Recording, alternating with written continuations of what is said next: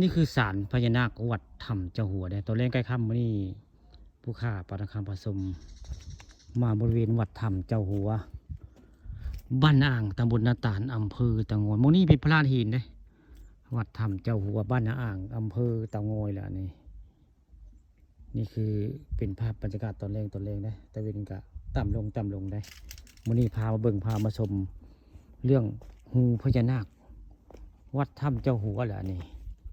มองนี่ใบไม้สีบุปิจะเทื่อได้นี่ฮูพญานาคคนนี้ในตำนานได้นี่คือฮูพญานาควัดถ้ำเจ้าหัวบ้านนาอ่างตำบลนาตาลแหละนี่เฮ้ยเนี่ยฮูพญานาคคนละนี่ในตำนานว่าไว้ว่าอันเจ้าวาดเพิ่นยังตัวเพิ่นยังใบตุยได้พลอยฟังพญานาคขึ้นมาในนี่แล้วนี่เพิ่นสีขยายได้เวลาขึ้นมาเพิ่นสีขยายได้พญานาคสีขาวได้ยังพอเรียบเอาได้นี่ตอนเพิ่นยังมีชีวิตได้เพิ่นเว้าให้ฟังก่อนที่เพิ่นมาตั้งศาลพญานาควัดถ้ำเจ้าหัวนี่ฮูพญานาคแหละนี่ยามขึ้นมาสีขยายได้พออ่อนพอเรียบเอาอันฮูพญานาคนี่ตอนเล่นไก่ค่ำนี่เลยเอาภาพบรรยากาศในศาลพญานาควัดถ้ำเจ้าหัวมาให้เบิ่งมาชมได้ก็มีหลายฮูได้หมองนี่ก็มีฮูนึงฮูน้อยฮูได้นี่ก็เป็นฮูพญานาคได้ยับเพิ่นก็พุ่นก็มีได้ฮูนึงได้ฮูพญานาค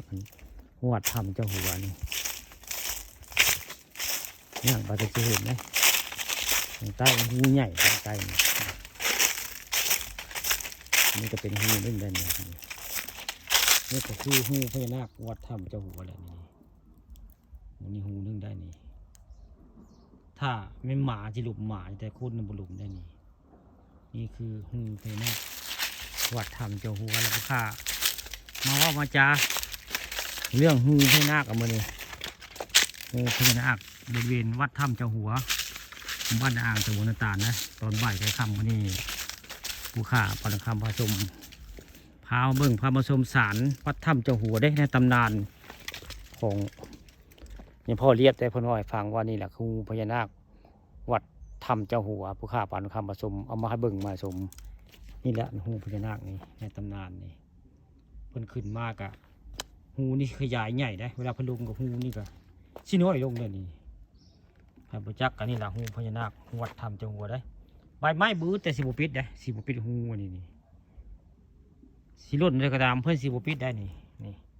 เดี๋ยวคงจะทราบให้ฟังนะฮูพญานาคนี่สิบุยอมปิดทิ่มยังไปกระดังกล้องได้มันเลือกพี่น้องนี่แหละคือฮูพญานาควัดถ้ำเจ้าหัวในตำนานอย่าพอเรียบว่าให้ฟัง